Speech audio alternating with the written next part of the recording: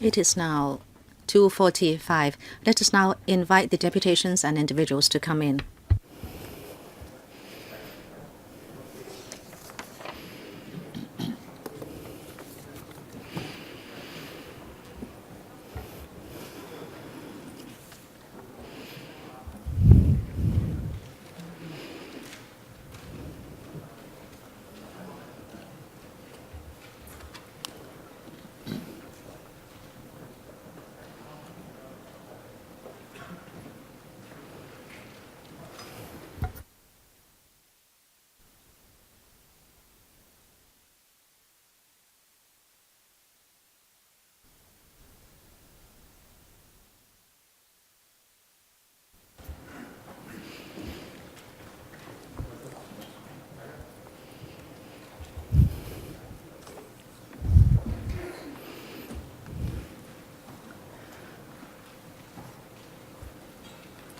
I'd like to welcome deputations and individuals for coming to the fourth session of this meeting of the Subcommittee on Prohibition on Face Covering Regulation. I'd like to remind you that you can use the earphones and the microphone. Channel 1 is floor, Channel 0 is floor, Channel 1 is Cantonese, Channel 2 is English, Channel 3 is Putonghua. To facilitate simultaneous interpretation, please do not use a mixed code when you speak. I will call upon you according to the order in the seating plan. Each of you will have 3 minutes for your oral presentation. And also, your remarks made at this meeting are not covered or protected by Cap 382 or the Legislative Council Powers and Privileges Ordinance. Your submissions are in the same category. Please note that in front of you, you have a copy of the notice to members of the public when they attend meetings or are in the public gallery of meetings while they are in the Legislative Council complex. In fact, that notice has been attached to the letter of invitation, but it has also been tabled for your benefit. Those in the public gallery can ask for a copy from our security staff if necessary. I'd like to remind you that if you have not given us your written submission, you can do so after the meeting, or you can hand it to our clerk or our staff before you leave the room. Now we will start session 4 of the hearing. The first one, Mr. Lam Yuching. Mr. Lam Yuching, thank you. Since June, the scale and extent of violence have escalated during the protest. This is because protesters now cannot use helmets and masks to participate in protests. But of course, many of them trust it to luck. They want to hide behind face masks, and when they break the law, they think that they will not be caught. And many of them use wildcat or flash mob techniques in order to affect our law and order. If you do not tackle the problem at the root, because now they are doing this at a very low cost, if you do not differentiate between rational, peaceful protesters from the radical ones, it will be very difficult for you to achieve the purpose of curbing violence and ending the riots. Therefore, I think the Prohibition on Face Covering Regulation is made in line with the Emergency Regulations Ordinance, and under Section 2 of the ERO, it is stated that if the Chief Executive in Council considers an occasion to be of emergency or public danger, he can make any regulation whatsoever. On the 4th of October, the C in Council was of the view that Hong Kong was in public danger. Therefore, the PFC regulation was made. I believe this is a necessary tool to curb violence and stop the riots. I think it is in line with our needs, and therefore I think that the PCF regulation is totally legitimate. Next one, Mr. Fan Kung. Thank you. I support the prohibition on face covering regulation. Since the beginning of the protest, violence has escalated. I think this is related to the use of face masks, eye masks, and helmets by protesters. I think this is because they think that they can hide their identity when they engage in violent acts. And this is because there is a small opportunity for them to be sanctioned by the law. It seems they have nothing to fear. They are trashing public facilities, and this is affecting the public. They are also vandalizing shops. They are attacking citizens. The Hong Kong economy has been dealt a very heavy blow. Many retail shops have closed down, and as a result, people are losing their jobs. They are attacking citizens and imposing a chilling effect, and they are also affecting people's freedom of speech. Therefore, I support the regulations so that we can put an end to low-cost, law-breaking incentives of the violent protesters, and so that you can protect the freedom of speech and the life and property of people, and so that people can lead normal daily lives. In Austria, France, Russia, Germany, US, Spain, and Sweden,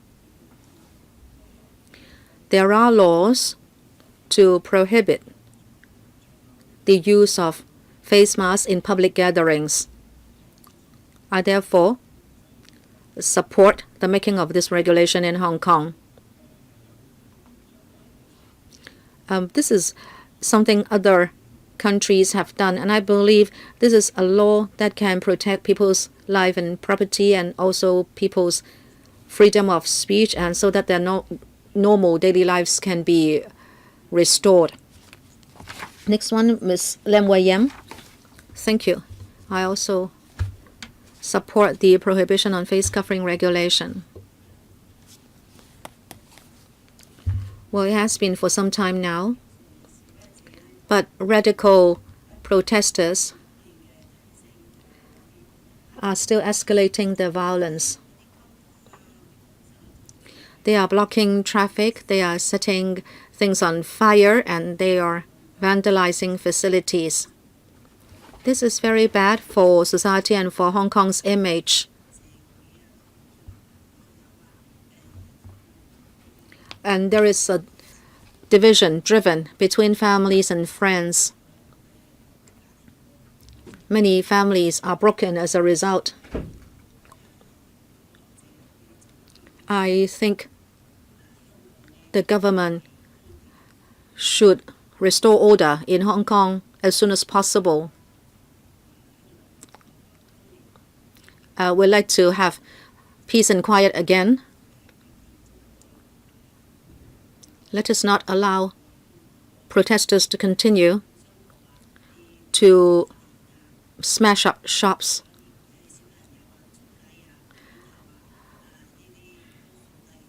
And they are affecting people. When people want to go out, people are in fear. Therefore, I really support this prohibition on face covering regulation. I urge the government to curb violence and allow order to be returned. Thank you. Thank you for your view. Ms. Sarah Wang Xia. I hope the subcommittee doesn't mind my choice of expression in English. Thank you. Violence incites violence. Face masks help to conceal identities. It acts as both a shield and sword in instilling bravery and encouraging illegal activities and more violence. I personally support the prohibition on face covering regulations to restore public order and safety. At this time of emergencies, street brutalities, sudden chaos, we need these regulations. to help uphold the rule of law in Hong Kong. We need to restore peace and harmony. Let's help Hong Kong. We're today in Let's Go to pass this legislation, to uphold this legislation for Hong Kong people. Without this regulation, we may be seen as encouraging and pushing people to commit crimes behind a face mask with non-retractable consequences. We cannot allow that. Emergency Regulations Ordinance confers to Chief Executive in Council power to make regulations on any occasion of emergency or public danger. She may make any regulations which may be considered desirable in the public interest. We are in this situation. We need to uphold public order in the public interest. Our Basic Law Article 27 states that Hong Kong residents shall have the freedom of speech, press, publication, associations, assemblies, processions, and demonstrations. Where there are rights, there are duties. Hong Kong Bill of Rights Ordinance, Article 16, on the freedom of opinion and expression, clearly states that we have the right to freedom of expression. But this exercise of rights carries with it special duties and responsibilities. It may therefore be subject to certain restrictions, and in this case, the face mask, provided by law and necessary for the protection of public order. This is also restipulated in the Court of Final Appeal cases. There's two, I found. Number 4 of 1999, between HKSAR and Ng Kong Siu and Lee Kin Yun. Such freedom is not an absolute. It comes with duties. And also in the Hong Kong Court of Final Appeal case number 1 and 2 of 2005, between Leung Kwok Hong, Fong Ka Kwang, Christopher Lo Wai Meng, and HKSAR. Freedom of expression covers both substance, i.e. that which is expressed, and the mode, how it is expressed. We can choose how to express our wishes by not using a face mask. The substance of expression is free. The mode of expression comes with duties, within reason and necessity for public order. Thank you. 好，多謝你意見。下一位楊 Thank you, Ms. Yang Yilam. Thank you, Chairman. I strongly object to the making of the prohibition on face covering regulation. Many public opinion surveys show that many people are objecting to the regulation, and this will only cause more dissatisfaction in society. Even with the regulation in place, many people are still masking their face in public assemblies. This is actually a regulation that cannot be implemented easily. You are just subjecting people to more risks. I am an employee earning about $10,000 a month. Why am I wearing a face mask? It's because I'm afraid that I will be taken to task afterwards. There are people filming and photographing people at public gatherings and showing them online and seeking to harass them, and people's privacy is very much affected. You can say that the police feel the same thing, but then you have the injunction. Does it mean that citizens have to go to the legal aid department and then seek assistance to apply for an injunction? Frontline policemen do not understand and do not know the details of the law. They are not sure about the scope of exemption. Say, for example, frontline policemen don't know that journalists are exempted, and also there is exemption on health reasons and health grounds. Therefore, it shows that it's very difficult to implement the law, and there is a more abuse of power by the police as a result. The regulation has been with us for over a month, and in recent events, you can see that the police have been abusing their power. There is a cancer patient and can claim that the doctor's information might be false, and they can, the police can fire tear gas at the reporters and ask the reporters to remove the face mask for inspection. Is that reasonable? This piece of legislation is tailor-made for the police. They are exempt from masking regulations. They can refrain from displaying their warrants, and they can abuse their powers. So implementing the face mask regulation has no use or no effect on social harmony, and we are now being labeled as the silent majority, and we need to be known that this is against our wishes, and we have 5 demands and not one less. Thank you for your opinion. Next, Mr. Jiang Dat-hong. Civic Party, Jiang Dat-hong. I won't be talking about the legal views. We do have a written submission. Put simply, in line with the proportionality principle, this law is limiting our freedom of expression under the basic law. Put simply, the face mask regulation will put peaceful demonstrators at risk. This morning, when we have the people, for example, in Cathay Pacific being targeted, we've seen since June, July, when 1 million, 2 million people took to the streets, when Hong Kong people revolted, and there has been no official who had to step down. They tell us every day that we need to have rule of law, and they want to implement regulations. So does that mean that after the attacks on 21st of July until now, there hasn't been anybody being taken to the court? And on 31st of August, we see the police going to Prince Edward MTR station and attacking innocent people. And then we also had a student who fell off the 3rd floor of a parking lot. The real rule of law is we need to have reasonable limitations on the government's power. If the government requires the people to hold law, but the government itself is not answerable, that is not rule of law.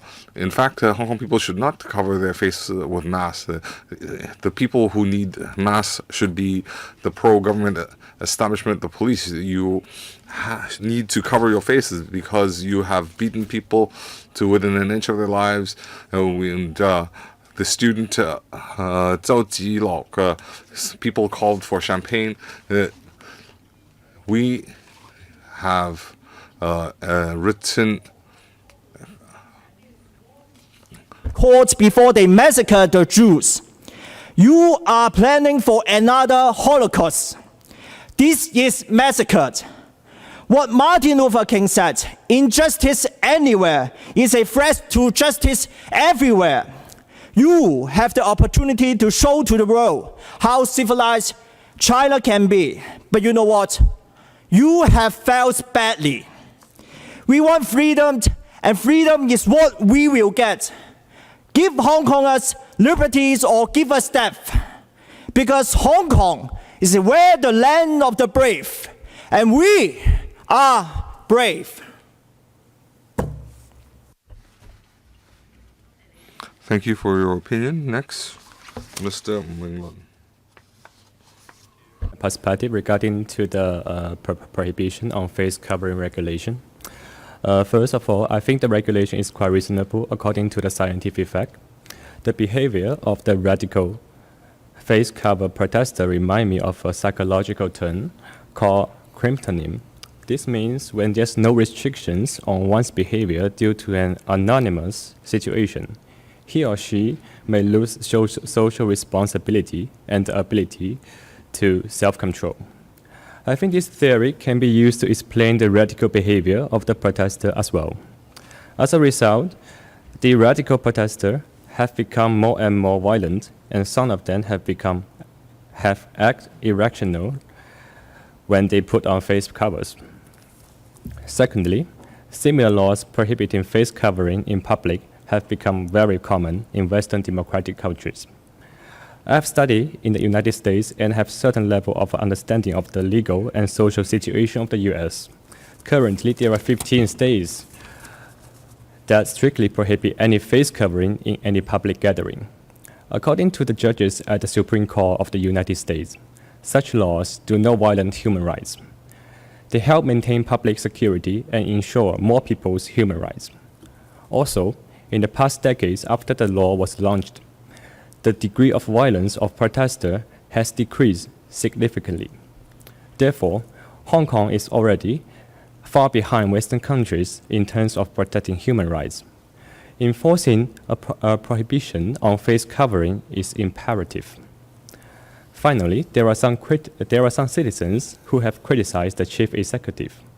They claim she doesn't have the right to declare a state of emergency of Hong Kong. I'm not a law professional, but I did not see that the chief executive's behavior overstepped her authority. The chief executive has never declared a state of emergency on Hong Kong. Instead, the chief executive in council has the power to make this regulation when it appears that there was a public danger. I came out of this by my basic logic. And I think the behavior of the chief executive complies with the emergency regulation ordinance and the basic law. In conclusion, I believe that the regulation prohibiting face covering is legally valid and inevitably necessary. Thank you. 多謝你意見。下一位 Thank you for your opinion. Next, Mr. Mweilong. Thank you, Chairman. Ever since the 4th of October, when the SAR implemented the face masking prohibition, it indicated the government's determination to stop violence. I support the police and enforcing the law.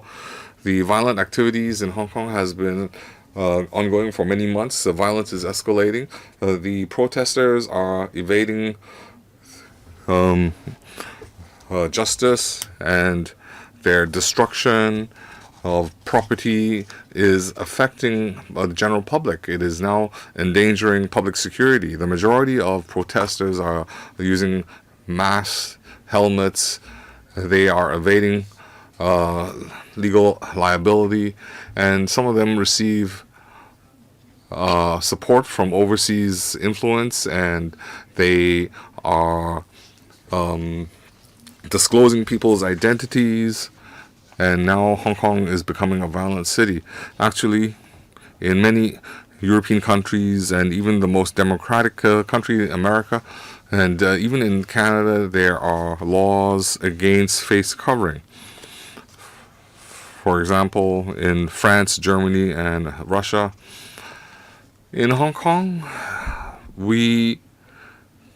there are some exemptions. For example, if you are employed, you are a professional, and because of religious or medical reasons, there are exemptions. So the government has considered the public's rights, and therefore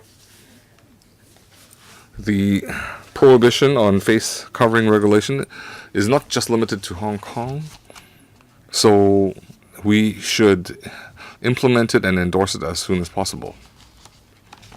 Thank you for your views. Next, Ms. Gaiman. I personally support the face covering regulation in public demonstrations because each person should be responsible for their actions. They shouldn't be able to do whatever they want because they're wearing a mask. They can attack people. I don't want to talk too much theory, but I would like to share my own experiences. I grew up on the mainland. I spent more than 10 plus years on the mainland. I studied in Hong Kong and lived in Hong Kong for more than 10 plus years. So I lived on in both places for a long period of time. I am familiar with the cultures. So I recall when I first came to Hong Kong, I didn't speak any Cantonese, but a lot of local friends, teachers, students, they gave me a lot of encouragement and allowed me to develop feelings towards Hong Kong. And actually, my family is still on the mainland. I'm living in Hong Kong by myself. So Hong Kong has its unique characteristics. It has democracy, culture. Hong Kong people do have a high level of culture, but during the last few months, I've seen a rift in society, finger pointing. Honestly feeling, I feel heartbroken. It's hard to say who's right or wrong. Each person has their own perspective. They think they are correct. But as a ordinary member of public, I don't know what kind of comments, constructive comments I can provide, but I know that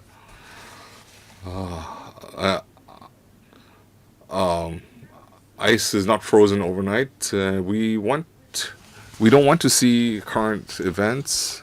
I appreciate Hong Kong as an opportunity to allow people to express their views. They can demonstrate. They can take to the streets. So peaceful demonstration is reasonable. But violence, using violence to express your views, I don't think that is reasonable. The violence, people give themselves different excuses to rationalize their violence, to rationalize their illegal activities. I feel heartbroken, and I hope that Hong Kong, we can restore our tranquility. We need to develop our society. Destruction is easy. Building up and construction is very difficult. So lastly, I'd like to place my faith and hope in the SAR government to help Hong Kong overcome these difficult periods, this difficult period. They need to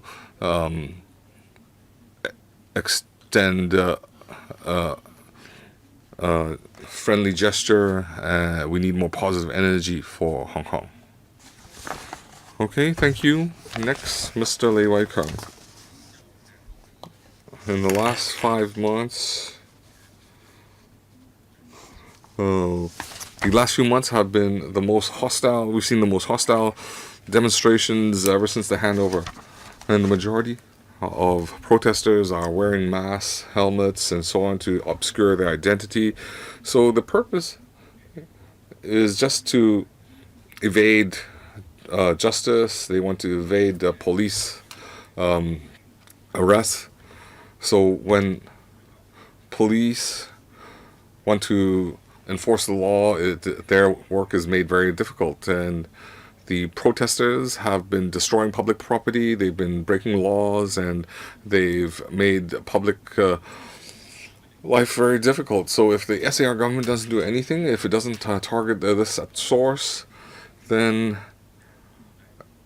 it would be hard to restore order, peace and order.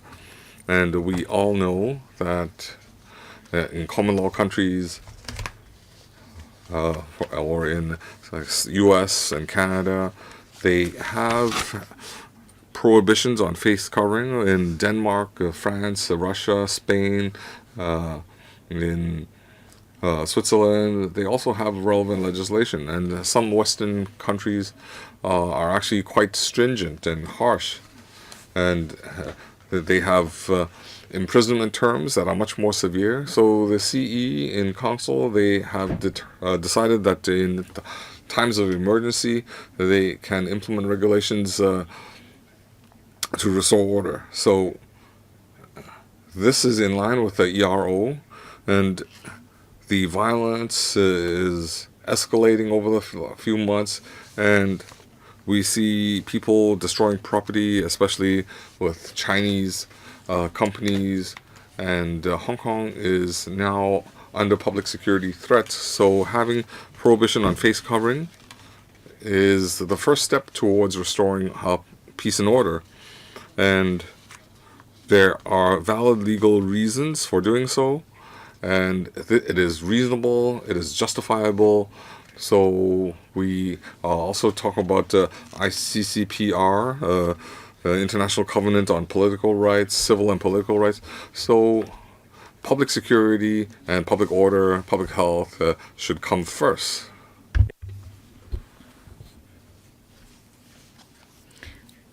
If necessary, I think we can limit the right to public gathering.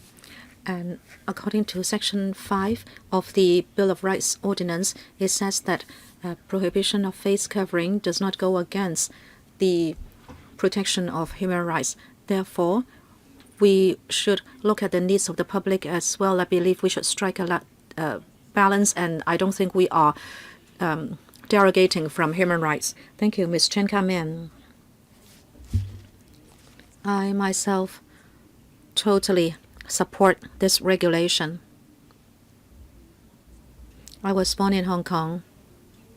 I'm proud that I'm Chinese. In these few months, protesters have been mounting large-scale vandalism, but we have stuck to our job positions, and this is because what we see is something we cannot control. But I think this is the time for us to come out and support Hong Kong. I have some views on the regulation. When protesters cover their faces to take part in public rallies and gatherings and they resort to violence, most of them use face masks and also eye masks as well as helmets in order to hide their identities. All along, they think that by so doing, they can evade legal responsibility. Even if they are arrested, it's difficult to tie them to certain acts. This is their mentality. That is why they have come out and again in order to continue this unrest. Radical protesters will incite primary and secondary school students. These are innocent children, but they have been persuaded to damage public facilities and engage in vandalizing acts. We strongly, therefore, propose to the SARG to stop these masked protesters so we can distinguish between protesters and rioters, so we can curb violence and end the riots and restore order. All these months, radical protesters have been more violent. They are blocking traffic. They are blocking our roads and trashing MTR facilities. They are even throwing petrol bombs. Is that any different from terrorism? Society cannot operate normally. People can't go to work. People can't go to school. People's daily lives is affected and the economy has slid. It has dealt a big blow to Hong Kong. Radical protesters also target certain shops and Chinese-funded organizations and people who have a different view, and even headmasters of schools. Therefore,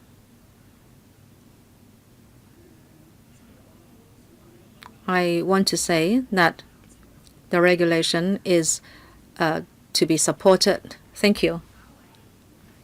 Next, Ms. Tong Kai Chan. I really support the prohibition on face covering regulation, i.e. the anti-mask law. I was born in Shanghai and had traveled to many places before I came to Hong Kong 12 years ago. For the first time I landed my feet in Hong Kong 2007, the people here gave me the feeling of being welcome to this place. They taught me how to speak Cantonese, how to blend into the community, and how to live like a Hong Kong local. Under their guidance, I learned that 九瑶 is not equivalent to a friend. 冬瓜豆腐 does not refer to any kind of food, and you cannot eat dansan when it refers to some other guys. It is really a heartwarming feeling that this place gave me, just like a feeling of being home, a safe and comfortable home. Well, sadly, it goes without saying that during the recent months, the situation has changed. This home, my loved home, is now full of chaos, which is like an active war zone.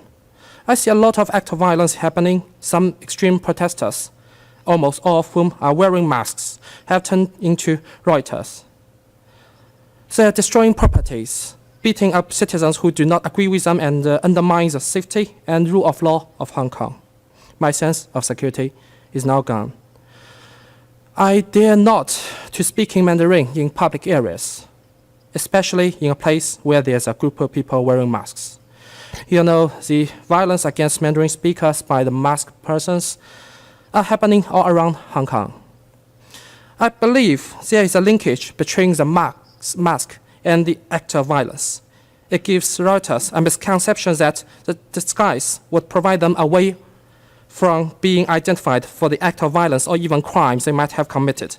In other words, at least to a large extent, the mask gives the writers such courage to disobey the law and acting extremely and recklessly that jeopardize other people's rights, freedom, and safety. Masks do encourage the act of violence.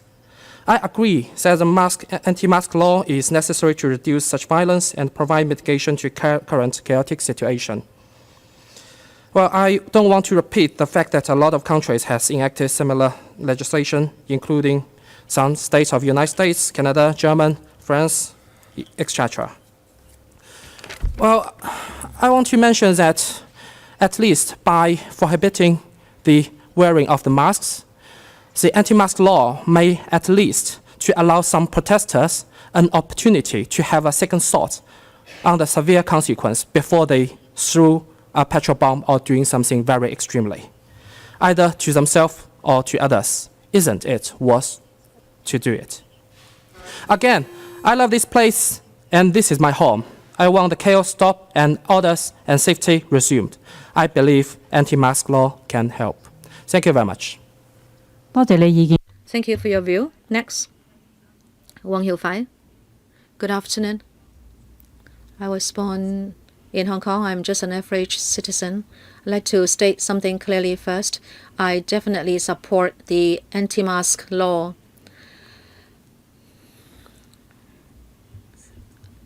Actually, many people have talked a lot about overseas examples and laws and regulations, but I would just talk about my conversations with friends. First, I would distinguish between peaceful protesters and rioters. And also, influential people who may incite people to take part in so-called peaceful and rational acts. Well, I have a different definition from them. If you are organizing your protest in a rational, peaceful, and lawful manner, well, yes, but this is only true at the beginning of any public gathering, which usually evolves into violent protests. Starting from the 1st of July, rioters have been doing damage. They damaged the electrical building on that day, and usually violent people are in full gear. Why the SALG had to make this regulation as a matter of urgency, I think it's because people were masking their faces so that they thought they could escape legal responsibility. I was talking to my friends and I gave them this example. If influential people are inciting young people to do this, why don't they ask their own children to do it? Why do they ask secondary and primary school students to do it? And also, if you say you are peaceful and rational, but why don't you go and have selfies with the masked rioters and put that on Facebook? Well, I could see that men were beaten up and women had their phones snatched, and some clips were deleted from their phones, and I also saw women being sexually assaulted. This is what I saw on TV. And also, if you love other countries so much, you can see that they also have the anti-mask law, including the US. You always romanticize things. Well, if they are masked, they can do anything. Why do you say they are warriors when they are rioters? Thank you. Thank you for your view. Next, Ms. Candy Tam. Thank you. I'm just an average citizen. I have no political affiliation. I don't even have an account on Telegram or LIHKG. But I was one of the first to apply to be at this hearing. I object to the regulation. The CE said that this regulation was widely supported in the community, but she never told us the basis for her conclusion. She also said that the object of the regulation was to protect those who had to wear a mask, whether they are journalists and medical staff. But then you have seen in these few months, no one has been protected. They were ordered to remove their masks. She also said that the regulation mainly targeted young people because they would be discouraged from participating in public gatherings. But then 1 month has gone by. What do we see? We still see a lot of young people coming out to protest, and young girls were put on a coach to take to I don't know where. So let us ask Ms. Teresa Zhang whether the regulation was effective. But then she said you should not only look at the effectiveness, and effectiveness means different things to different people. I'm really baffled. If you made the regulation in such an urgent manner, weren't you looking for effectiveness? If you were not looking for effectiveness, why did you not go through the normal channel of the Legislative Council process? We were told when we were young that everybody is equal, but then we are not seeing that, especially between policemen and citizens. Policemen have said that it is not ideal to call citizens cockroaches, but then the frontline policemen are beating up protesters like they beat up cockroaches. But they are not cockroaches. They are part of Hong Kong. They are human beings. Why? Those people who support the regulation can't see this. Also, there has been rumor that young people were paid to go in the streets, but a few months have gone by. Who were paying these young people? Why did the police not get to the root of the issue? And just yesterday, a policeman said to protesters in the streets that protesters had $7,000 paid to them. Well, these are groundless and negative mentality, and if they don't stop thinking like that, our policemen will not be able to treat protesters equally. Lastly, I'd like to say this to youngsters. If you are sitting the DSE exam and going for university exam, please study hard, do good in examinations. No matter how Hong Kong will change, how the world will change, you have to equip yourselves. No one can abandon you except yourselves. Please do not abandon yourselves. And also, I hope that don't think that evil is small, so you don't mind the evil. Thank you. Next, Mr. Lee Chi Wang. Thank you. On the eve of district council elections, the police are arresting a big group of pandemics. I think they are trying to deal a blow to the upcoming election. I think this is shameful. The anti-extradition bill movement has been going on for 5 months. There are many young people who have been hurt and killed. There was the terrorist attack on the 21st of July and also the beating of citizens by policemen on the 31st of August. And on the 1st of October, live ammunition was used. And no one said anything that was just for anyone who died.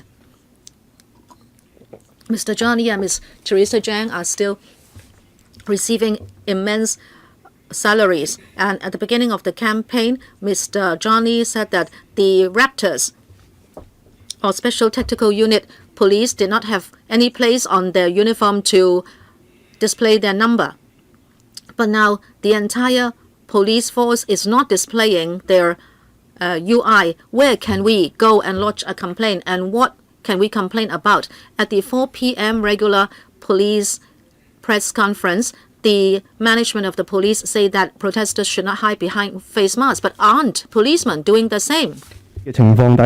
So when tear gas is being applied and the police officials say that at the beginning of implementation of law, the police are still not familiar with the law and it takes time to be familiar.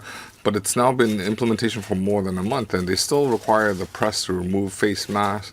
The police powers are already too wide in scope. There's an abuse of power. And then now you want to implement the face mask regulation. You are adding oil to the fire. You are giving police another excuse to make unlawful arrest. And you say that in Western countries they have similar regulation, and Hong Kong should follow suit. That is a disgrace. They have democratically elected officials. We only have a small circle election, and the consequences are yet to follow. There will be curfew and arrests, since the government implementing the ERO and legislating the face covering regulation. This is depriving the public of their basic rights, and I urge LegCo to repeal the law. We have 5 demands, not one less. Next, Mr. Wong Kat-hin. Thank you, Chairman. It's close to 5 months plus. The social unrest has no sign of abating, and in fact, it is only getting worse. If you look at the events in the afternoon and up till last night, it went on till 2-3 a.m. The riots are exceeding a city's limits. We only have 30,000 police force, so I support the face covering regulation. So why have police efforts have no impact on the violence? It's because the protesters are able to get away with murder. So when they cover their faces, they can protest, they can even take up violence. So this sustained movement is gaining momentum because of their ability to cover their faces. Now, if they weren't able to cover their faces, if they were prosecuted, then if they were identified easily, it would deter them from taking to the streets. We have countries, Western countries, who have laws for a long time, and even continental law countries also have regulations prohibiting face masks. So Hong Kong is falling behind. Now, there is a reasoning and rationale for applying face mask regulations. Demonstrations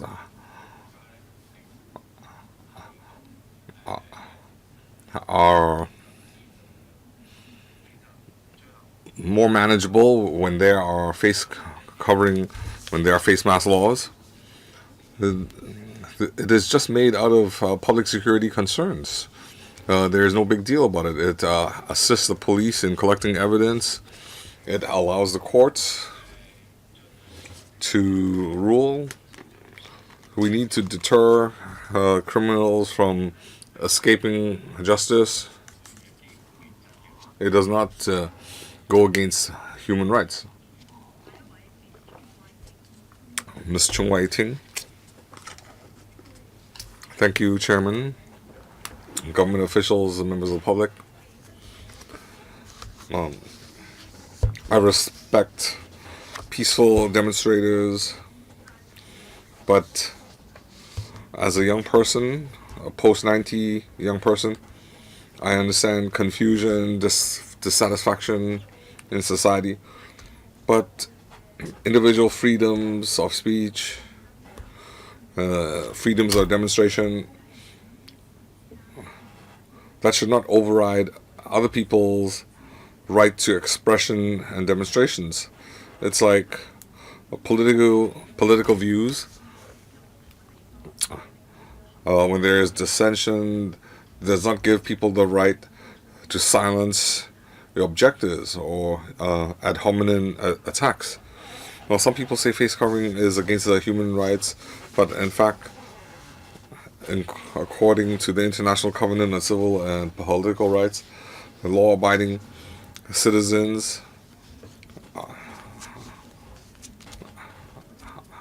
they allow limitations on demonstrations. So ERO allows the CE and Council to limit the civil rights. So the face covering regulation does not go against the International Covenant. So the government needs to safeguard demonstrators' ability to express themselves. They also need to consider the general public. They should be able to go to work, go to school.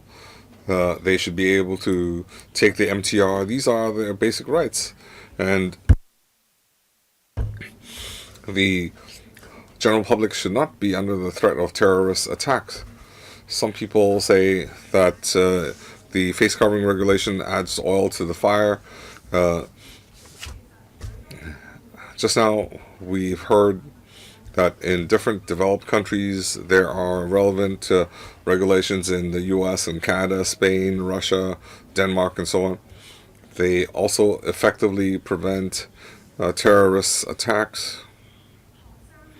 Students in school, they have to obey school rules.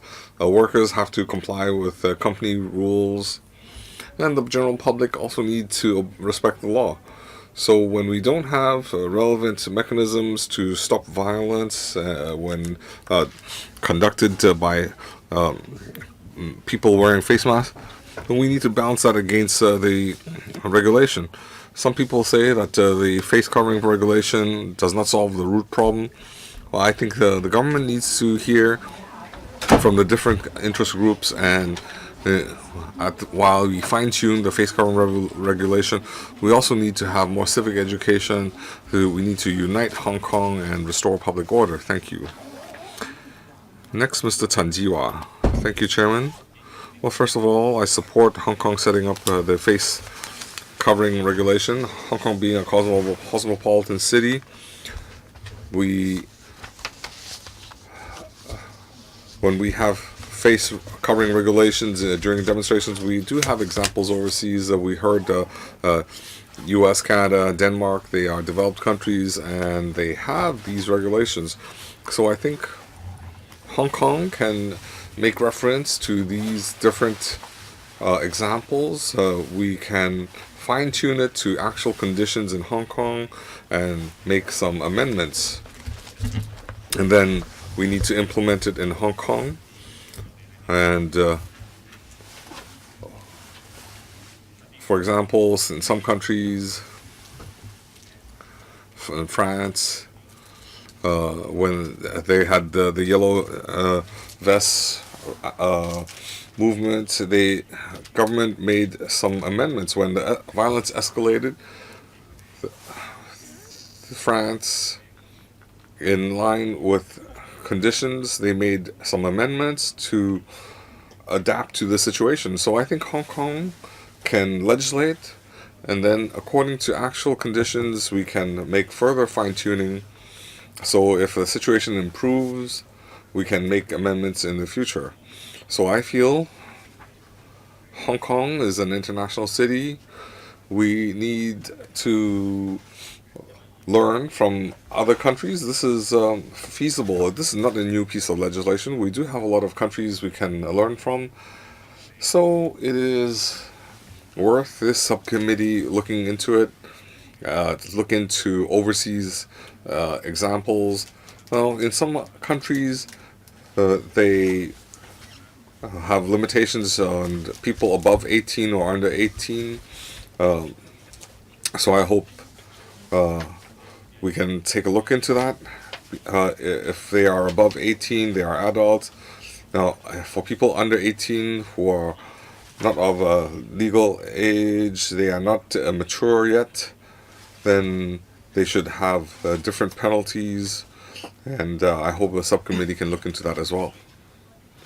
Thank you, Mr. Wong Ho Ming. Good afternoon.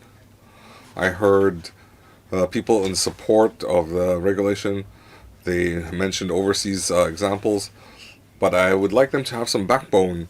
Now, when you talk about overseas examples, but when we talk about democracy, you don't give us examples of overseas democracy. You want to say Hong Kong should make reference to Western examples, but then you don't want to talk about democracy, Western democracy.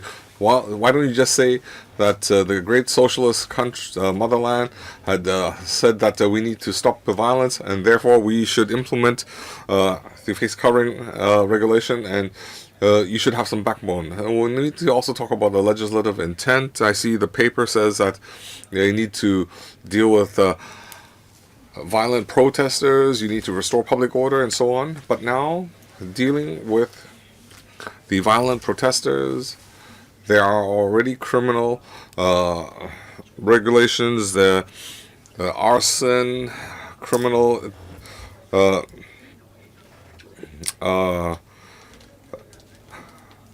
damage, and so on. So you have to arrest them first. If you cannot arrest the person in a mass, and ultimately, whether we have a face mask regulation, it's whether you have apprehended the perpetrator. That when you caught them, you know their identity. But if you can't catch the person, they are still able to escape justice. So what we have now is the police are given extra powers to deal with peaceful demonstrators. For example, we see passerbys who are wearing masks, and then the media wearing face masks. So we have a lot of abuse cases. And after the regulation, we had hundreds of thousands of people. How many can you arrest? I was there as well. How do you enforce the law? Can you enforce the law? These are important questions. It has to be effective. Just now a lady said, if you want to deploy the ERO and implement the face covering regulation, it has to be effective. You have not been able to clarify that point. We have a lot of people who criticize violence, but recently the pro-establishment Wang Gokyin said that today people who criticize violence, who reprimand the violent protesters, it is futile. Why? Because all you do is talk. All you say is reprimand. There's nothing else you can do aside from harsher laws. So I want to ask you, if you have more draconian laws, as that gentleman said, then why up till now you have not been able to restore order? Because you have not solved the problem. That is the 5 demands. So I hope each person every person who is voting, you are contributing to the direction Hong Kong is moving. If you want to restore order, you need to answer the 5 demands. Thank you. Thank you for your views. Next, Mr. Mokaki. Thank you, Chairman. Since June, we have violent demonstrators who have been blocking roads and destroying property. The public have been able to watch them on TV. All the frontline demonstrators are covering their face, are in masks. We can see that initially they were wearing cheap face masks, safety masks. Initially, they wanted to reduce this tear gas that they would breathe, breathe in. But then by July, August, we see that the frontline demonstrators on each movement, they have different tools. They have military-grade face masks. They have military-grade helmets. They even have tactical vests. So will peaceful demonstrators wear this kind of gear? Are they still peaceful? Don't use such an excuse. People are not stupid. Even if, as they say, they have to preempt the use of force or the use of tear gas by the police, and that is why they are in full gear. I'd like to ask them, what is their intention? Why do they think they would be dispersed forcefully? I think they know too well. They cannot feign innocence. On social media, I saw this photograph with 2 secondary school students saying that there should be the anti-mask law, and then they can have the excuse to tell their friends that they can't go out and protest, and then their friends were telling them that if you just wear a mask, you won't be arrested. All of us have been young, and we know that young people need the support of peers. What is so heartrending is that students who don't support them are forced to go into the streets to commit violent acts because of the pressure of their peers. I think Mr. Wang Homing was correct in a certain way. Hong Kong has all the necessary laws. Madam Chairman, you are a legal professional. I'd like to ask, arson, assault and wounding, don't we have all these offenses in our laws? I'd like to ask the officials here, why is it that since June and even yesterday, there are still so many masked people damaging property? People have said on social media that, well, if you are arrested, you will be arrested for illegal assembly, and with the face covering regulation, you will be in prison for 1 year instead of 3. And so whether or not you mask your face is the same thing. So, Madam Chair, I'm saying here that not only we need the face covering regulation, we must also review whether the penalty is sufficient, especially about people who mask their faces in protests. I like to act like Mr. Alvin Young, and I'd like to ask these officials here, how many people have been prosecuted under the regulation? How many have been convicted? No. So how can it be a deterrent? If you continue to wait, Hong Kong will come to its end. We must defend Hong Kong. Thank you, Mr. Yan Chetling. Thank you, Chair. I'm a lawyer, but like to speak in my capacity of a citizen here and comment on the regulation. In the past few months, Hong Kong has faced large-scale protests and sometimes disturbances, and this is something our generation has never seen, and to a certain extent it shows that the laws as they stand are insufficient, and personally I support the regulation. First, I'd like to talk about the penalties of this regulation. Compared to Western countries, the penalty here cannot be said to be serious. Like in Canada, if there is social unrest, if somebody hides his identity deliberately, the highest penalty is 10-year imprisonment. In Hong Kong, it is $25,000 in fine and 1 year in prison. The penalty goes to show that the administration does not intend to turn this into so-called draconian laws. I don't think so. Many people said that the penalty in this law is not serious, and in fact, I think it's rather light. For those who intend to break the law, say if they want to hurt somebody, they want to damage or criminally damage public facilities or engage in a riot, all those penalties are much more serious. In other words, if someone intends to break the law, penalty of this regulation just cannot constitute any deterrence. But why do I support it?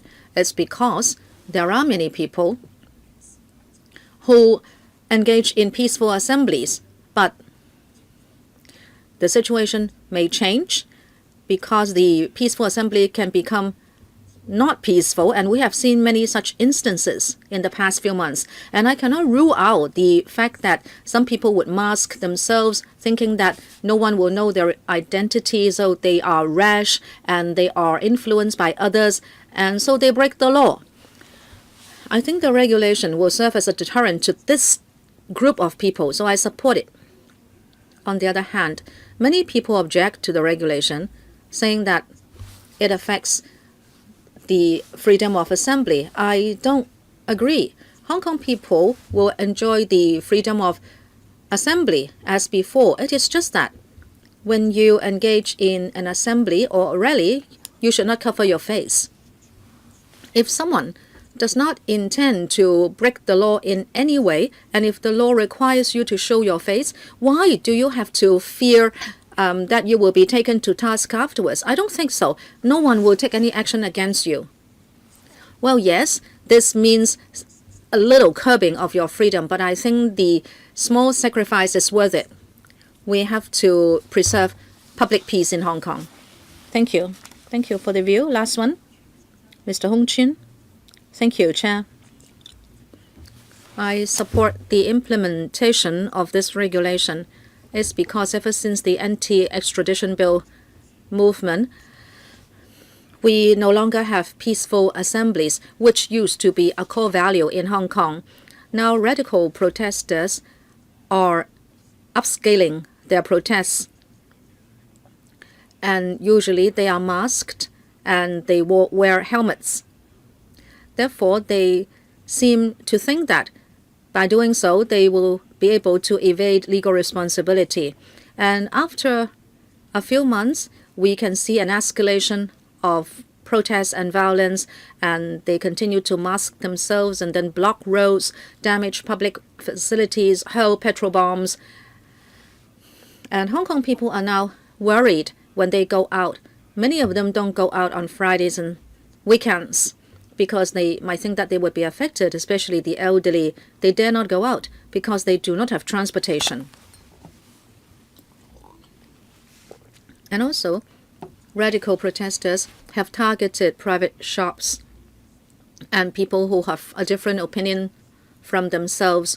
Private property has been vandalized and people have been affected by violent acts. I therefore hope that we can curb violence and end the riots as soon as possible. So I support the regulation. Thank you. Thank you for your view. I'd like to thank deputations and individuals for speaking up. Now I'd like to introduce the representatives of the administration. Mr. Sunny Au, Undersecretary for Security. Mr. Kevin Lai, PAS for Security. Mr. Watson Howe, Assistant Secretary for Security, and Mr. Lo Vernon, Senior Assistant Solicitor General. I will ask the administration to say a few words, and then I'll open the floor to members for questions. Mr. Au. Thank you, Chair. I thank the deputations and individuals for your views. In the past 5 months, or 150 days, every day, we have been seeing violent happenings. I think we have grown tired of it. And that is why there are so many citizens talking about their dissatisfaction with the situation today. I do appreciate those attending the hearing today. I think many of you have plucked up courage to come here. It is not easy for you to be here, but I think you have had enough of this. Very often our citizens are rational and moderate, but why is it that you are here to express your views? Why do you want to speak up? I think it's because you have had enough of this. Many people are still resorting to specious arguments to incite, to encourage young people to continue with the struggle. Young people engage in violent acts and they break the law and they trash their own future. Some people said that law enforcement is not effective. Well, let me talk about our crackdown on drug trafficking. If we see a rise in drug takers, does it mean that the drug law is ineffective and so we need to repeal it? Of course not. One drug taker is one too many. It's just like this time around. One violent act is one violent act too many, and we don't want to see anyone attacked. Violence has become different. It was in certain districts only, but now it has spread to every district. Petrol bombs were thrown onto the ground or outside MTR station, but now they are thrown into MTR stations and on the bodies of police officers at close range, and they were also thrown from heights. Before, only buildings were vandalized, but now target shops are vandalized. If they say a certain shop has done something wrong against them, then they would vandalize it. But is that what should happen in a civilized society? And there used to be quarrels or fights, but now there is cruel lynch law being applied. Do we want to see this? Do we find this acceptable?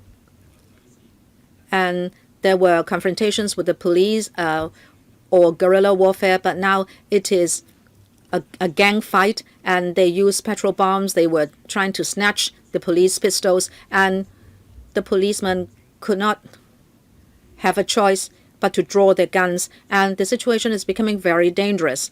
Therefore, we had no choice but resort to the ERO to implement the prohibition on face covering regulation. Using the ERO to make this regulation doesn't mean that we have circumvented the Legislative Council. This is exactly what we're doing now. We are coming to the Legislative Council, and we are not flouting the Basic Law and the Hong Kong Bills of Rights Ordinance, and we have attached to the criteria of proportionality. And we said so last time. Some members or some deputations have said that psychologically somebody would be affected if they mask their face. Well, that's true. If someone mixes himself into a crowd, his own characteristics would be drowned by the characteristics of the group. And his mentality and psychology may be shaken, and this person may lose his good judgment, and he is easily influenced, and that is why he may engage in extreme or radical behavior. The Hong Kong legal system holds individuals responsible for their acts. However, if the individual becomes somebody unknown in a crowd, and if he masks himself and he becomes a black-clad actor, he might think that his identity is totally lost.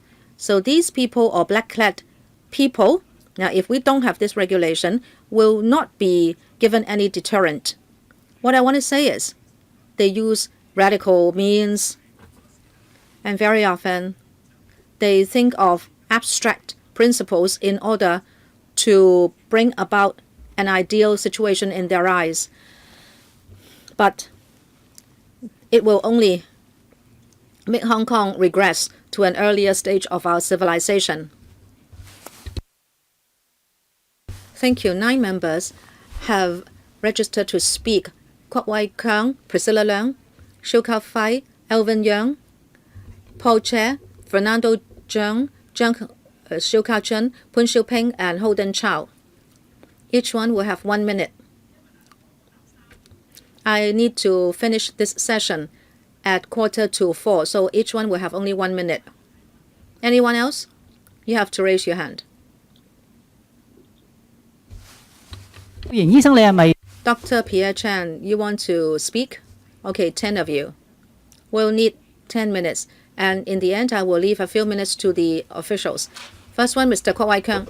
Madam Chair, I can't complete what I'm going to say in 1 minute. You can't satisfy everybody. You have to cut the queue somewhere. If I don't have time, I can only say thank you to all deputations and individuals for coming, whether or not you support the regulation. Because, number one, at previous meetings, I have talked about ways to protect your safety because I am afraid that you may be doxxed or bullied. But the LegCo must be open and transparent, so I'm sorry we can't take any measures to protect you.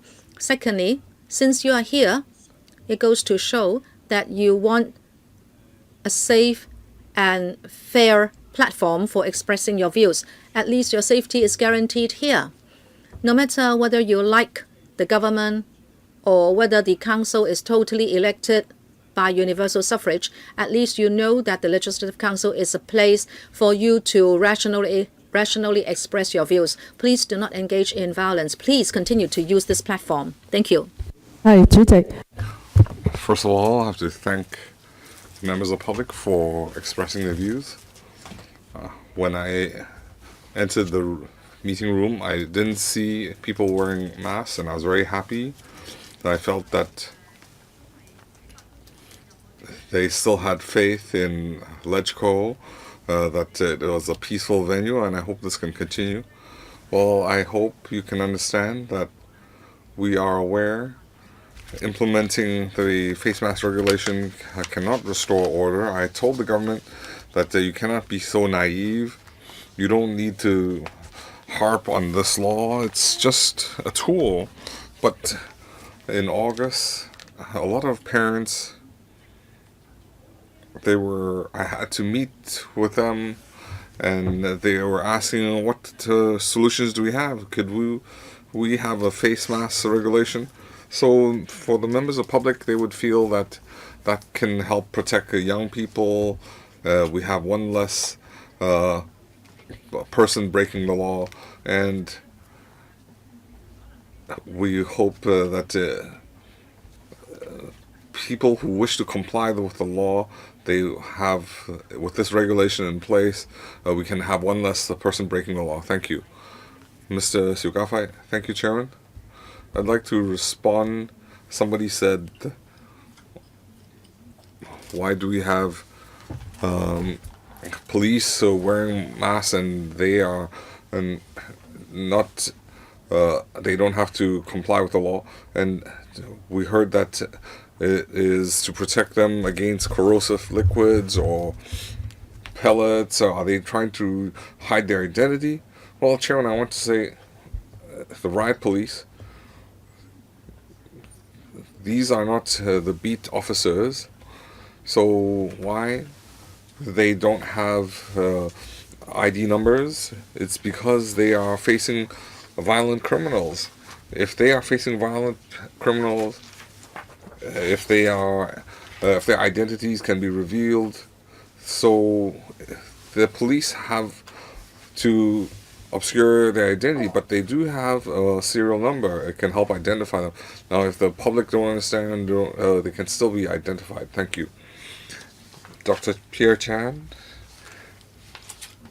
The first thing I want to tell the government, looking at 4(3), the reasonable defense,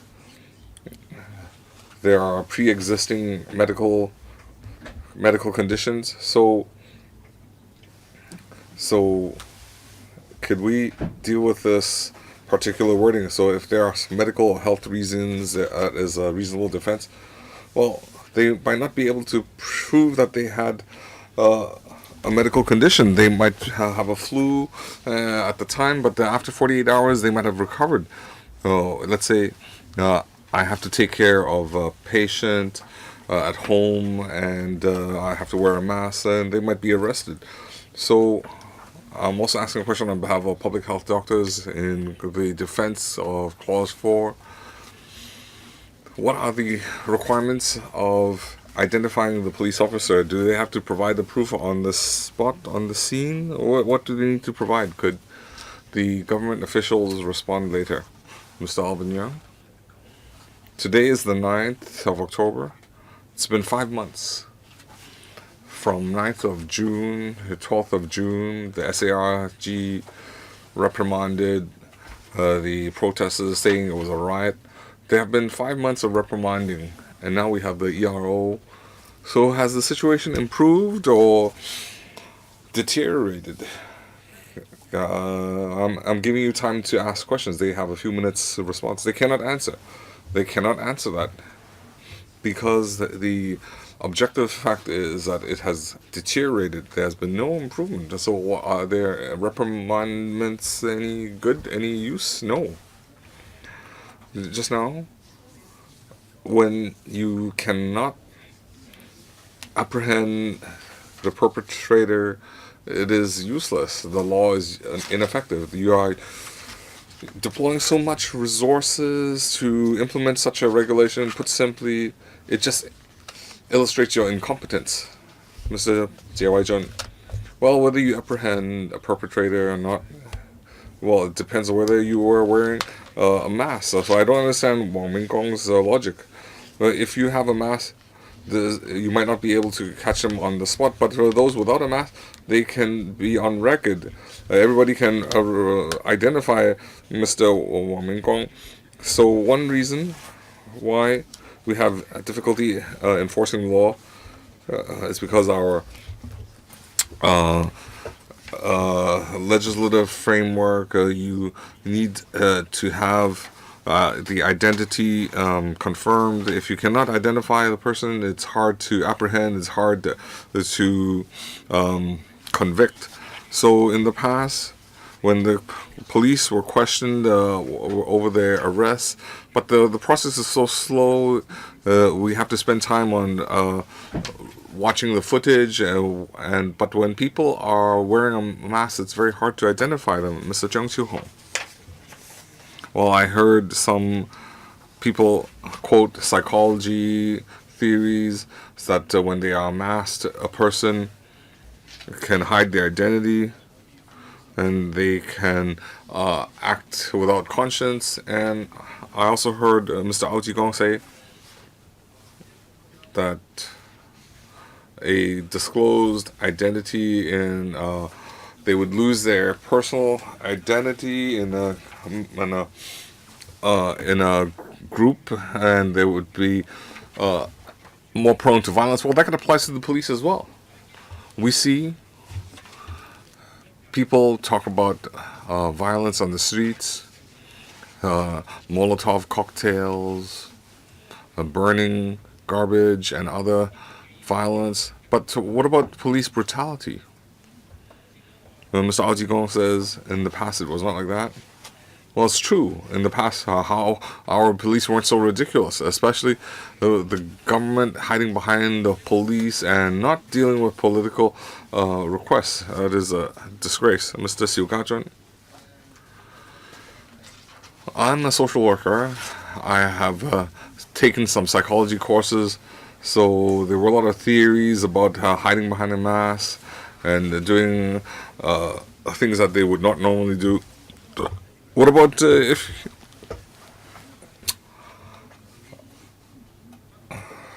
don't have a conscience? Well, when the police don't have a conscience, but then you want the public to cover, you don't allow the public to cover the mask. So now, if you have a civil servant, you are secretary for security. Well, that could be a form of a face mask, and then you have to speak on behalf of the government and so on, and then you have to come up with some half-fetched, half-baked ideas. So you're now obscuring your conscience, Mr. Dr. Poon Siu Peng. Well, this is the fourth session, and we had speakers from different perspectives talking about the face covering regulation very rationally. So we don't want to see violence. We want to have a normal life. The government is promulgating the face covering regulation. It hopes to bring an end to the violence. But a lot of speakers made the point, and I hope the officials can answer, they feel that the penalties are insufficient. So even though we have regulations overseas as well, and they have imprisonment of 10 years and so on, another point worth noting, when you make reference to other countries, have you looked at the arrangements for people who are 18 or under when they break the law? Well, a lot of people have said that they are fed up with the 5 months of violence. The violence is now threatening their basic rights. A lot of people are afraid of, are inconvenienced. They feel threatened, and when protesters wear face masks, violence increases. So I'd like everybody to understand, so whatever reasons you have, you cannot escalate and condone violence. If that continues, if you can rationalize violence, then it will lead to anarchy, and we're now close to anarchy. And I urge the government to restore order and not just ban face masks. We need to make reference to the UK. We can have 24-hour courts to deal with the prosecution and restore order. Mr. Tan Jiqun. Just now, a speaker, Mr. Chan, said, why should you have a face mask? Is he from a parallel universe? So even if you like a post on Facebook, you can lose your job. I have a singer friend who said something on Facebook, and she was banned from concerts on the mainland, and it took effect immediately. And just now we had some people saying that the face covering regulation only creates chaos, it cannot restore order. Well, Undersecretary says that well, if we have a drug ordinance, if we have more drug addicts, does that mean that the drug ordinance is ineffective and we need to repeal that? Well, the drug ordinance was not implemented under the ERO.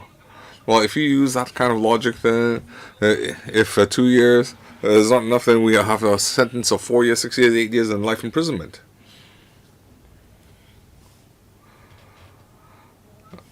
Ms. Claudia Mo?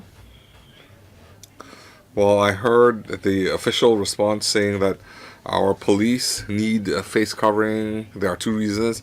They don't want to inhale tear gas. They also want to avoid attacks. Well, but they are fully armed, and the public, and I'm not talking about the protesters, but when passerby, we have medical volunteers and press, they have to apply with the courts for an exemption before, because we cannot disclose identities of the police. Well, you say you're exempting certain people, but the people are arrested first. They can be detained for 48 hours. That is unjust. Secretary, Undersecretary, you have 3 minutes to respond.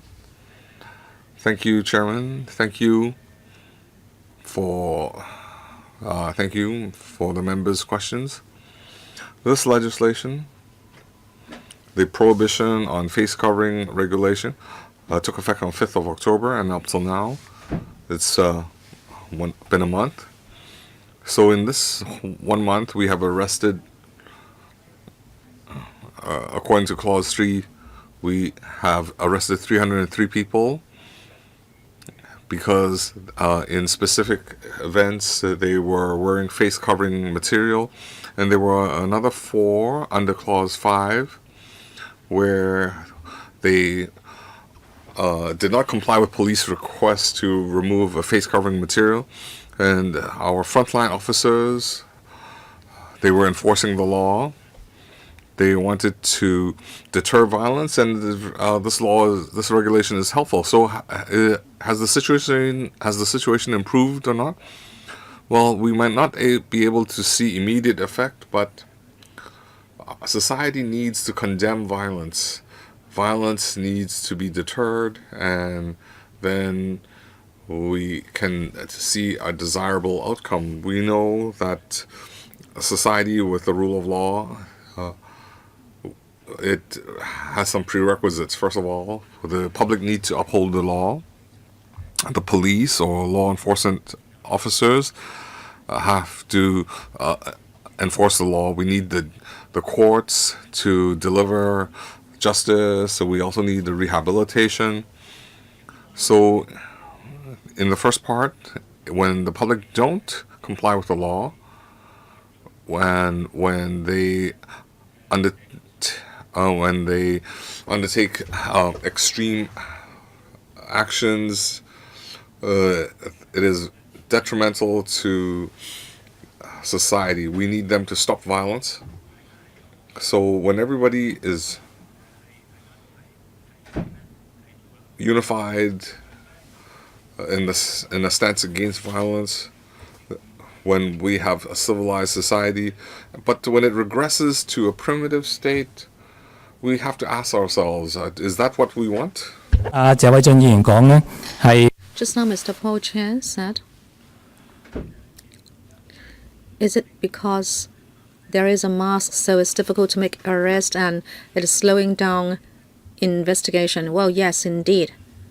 If it's not because of the masks, it is easier for the police to investigate and crack cases. Like if we can see images at 7-Eleven and if it's a robbery, the next day we can arrest the culprits. And also if there are serial burglars, we can also arrest them. The session ends here because it's the time to end it. We will start at 4:20 for the 5th session. I'd like to thank deputations and individuals for coming. Thank you very much.